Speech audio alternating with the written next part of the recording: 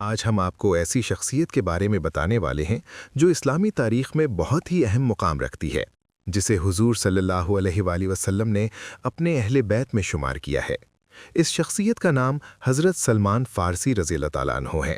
آپ کا تعلق ایران کے ایک بہت بڑے خاندان جو مجوسی تھے اور آگ کی پرستش کرتے تھے، اور وہ آگ کو ہی اپنا دیوتا اور سب کچھ مانتے تھے۔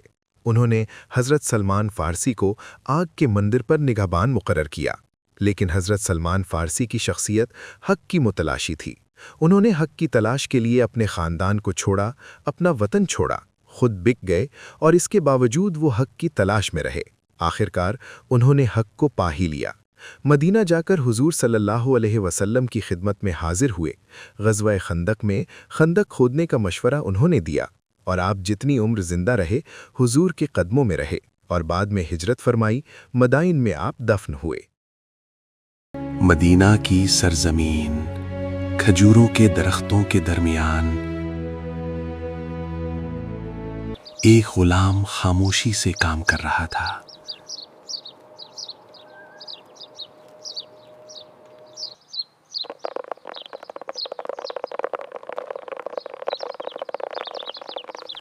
وہ غلام کوئی اور نہیں، فارس کا مسافر سلمان تھا۔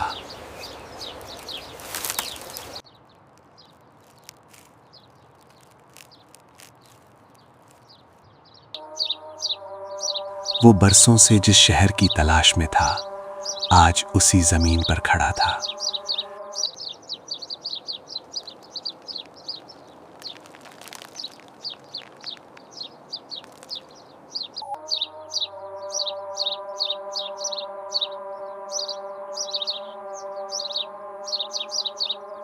اچانک ایک خبر مدینہ میں پھیل گئی۔ قباء میں ایک شخص آیا ہے جو کہتا ہے کہ وہ اللہ کا نبی ہے۔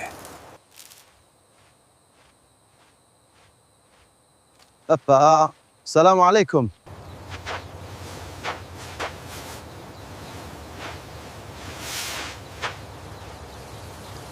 سنا ہے قباء میں ایک آدمی آیا ہے، کہتا ہے وہ اللہ کا نبی ہے۔ یہ الفاظ سنتے ہی سلمان کے دل کی دھڑکن تیز ہو گئی، جیسے برسوں پرانی پیشگوئی دوبارہ زندہ ہو گئی ہو۔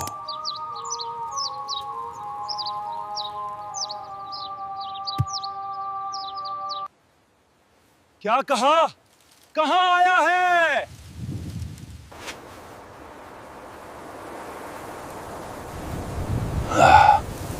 مگر وہ غلام تھا، اور غلام کے سوال اکثر سزا بن جاتے ہیں۔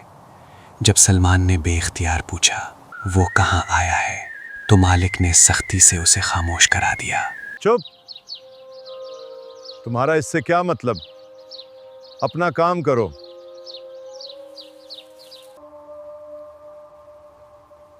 مگر دل کے سوال کو کوئی روک نہیں سکتا۔ سلمان درخت سے نیچے اترا۔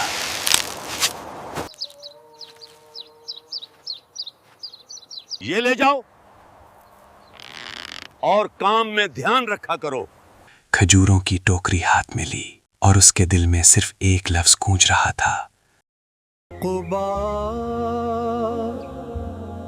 وہی جگہ۔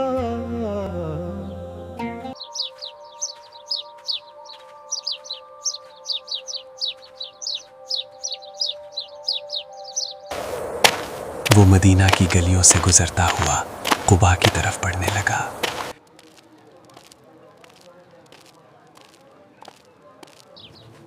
زمین، کھجوروں کے درختوں کے درمیان یہ سفر ایک غلام کا نہیں تھا، یہ سفر یقین کا تھا۔ یہ وہ یقین جو برسوں کی تلاش سے پیدا ہوا تھا۔ قباء میں ایک مجمع تھا، اور اس مجمع کے درمیان ایک ایسا سکون جیسے وقت خود رک گیا ہو۔ سلمان نے پہلی بار رسول اللہ صلی اللہ علیہ وسلم کو دیکھا۔ دل نے فوراً گواہی دی، یہی وہ شخصیت ہے۔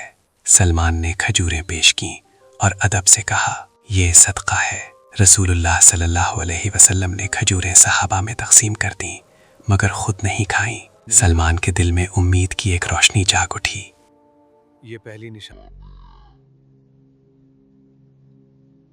یہ پہلی نشانی تھی۔ اگلے دن سلمان دوبارہ آئے۔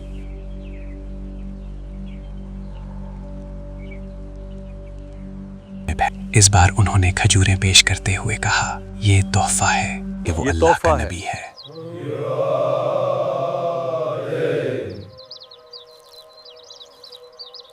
اس بار رسول اللہ صلی اللہ علیہ وسلم نے تحفہ قبول کیا اور خود بھی تناول فرمایا۔ سلمان کے دل میں یقین اور بڑھ گیا، دوسری نشانی بھی پوری ہو چکی تھی۔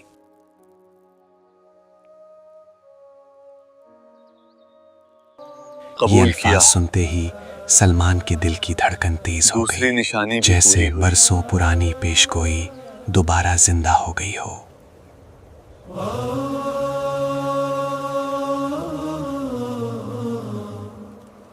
فارس سے مدینہ تک کا سفر، آگ سے سچ تک کا سفر اب اپنی آخری منزل کے قریب تھا، مگر ابھی ایک نشانی باقی تھی، وہ نشانی جو سلمان کی زندگی بدلنے والی تھی۔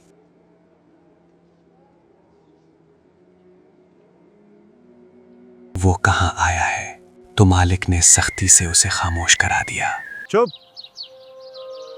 تمہارا اس سے کیا مطلب؟ اپنا کام کرو۔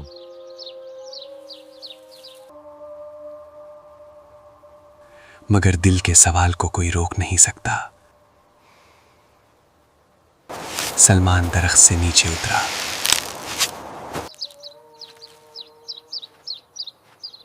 یہ لے جاؤ اور کام میں دھیان رکھا کرو۔ کھجوروں کی ٹوکری ہاتھ میں لی اور اس کے دل میں صرف ایک لفظ گونج رہا تھا، قبا وہی جگہ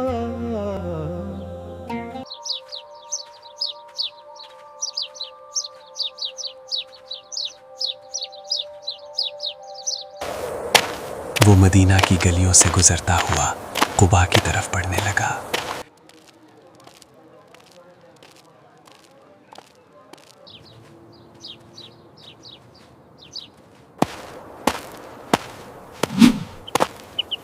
یہ سفر ایک غلام کا نہیں تھا، یہ سفر یقین کا تھا۔ یہ وہ یقین جو برسوں کی تلاش سے پیدا ہوا تھا۔ قبا میں ایک مجمع تھا اور اس مجمع کے درمیان ایک ایسا سکون جیسے وقت خود رک گیا ہو۔ سلمان نے پہلی بار رسول اللہ صلی اللہ علیہ وسلم کو دیکھا۔ دل نے فوراً گواہی دی، یہی وہ شخصیت ہے۔ سلمان نے کھجوریں پیش کیں اور ادب سے کہا، یہ صدقہ ہے۔ رسول اللہ صلی اللہ علیہ وسلم نے کھجوریں صحابہ میں تقسیم کر دیں، مگر خود نہیں کھائیں۔ سلمان کے دل میں امید کی ایک روشنی جاگ اٹھی۔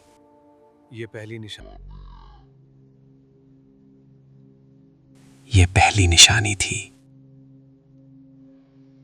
اگلے دن سلمان دوبارہ آئے۔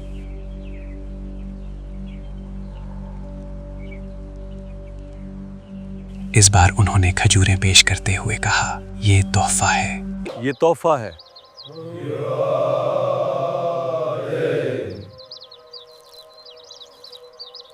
اس بار رسول اللہ صلی اللہ علیہ وسلم نے تحفہ قبول کیا اور خود بھی تناول فرمایا۔ سلمان کے دل میں یقین اور بڑھ گیا، دوسری نشانی بھی پوری ہو چکی تھی۔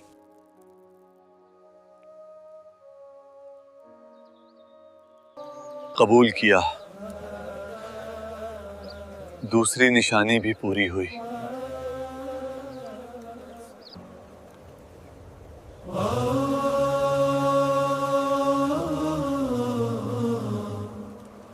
فارس سے مدینہ تک کا سفر، آگ سے سچ تک کا سفر اب اپنی آخری منزل کے قریب تھا، مگر ابھی ایک نشانی باقی تھی، وہ نشانی جو سلمان کی زندگی بدلنے والی تھی۔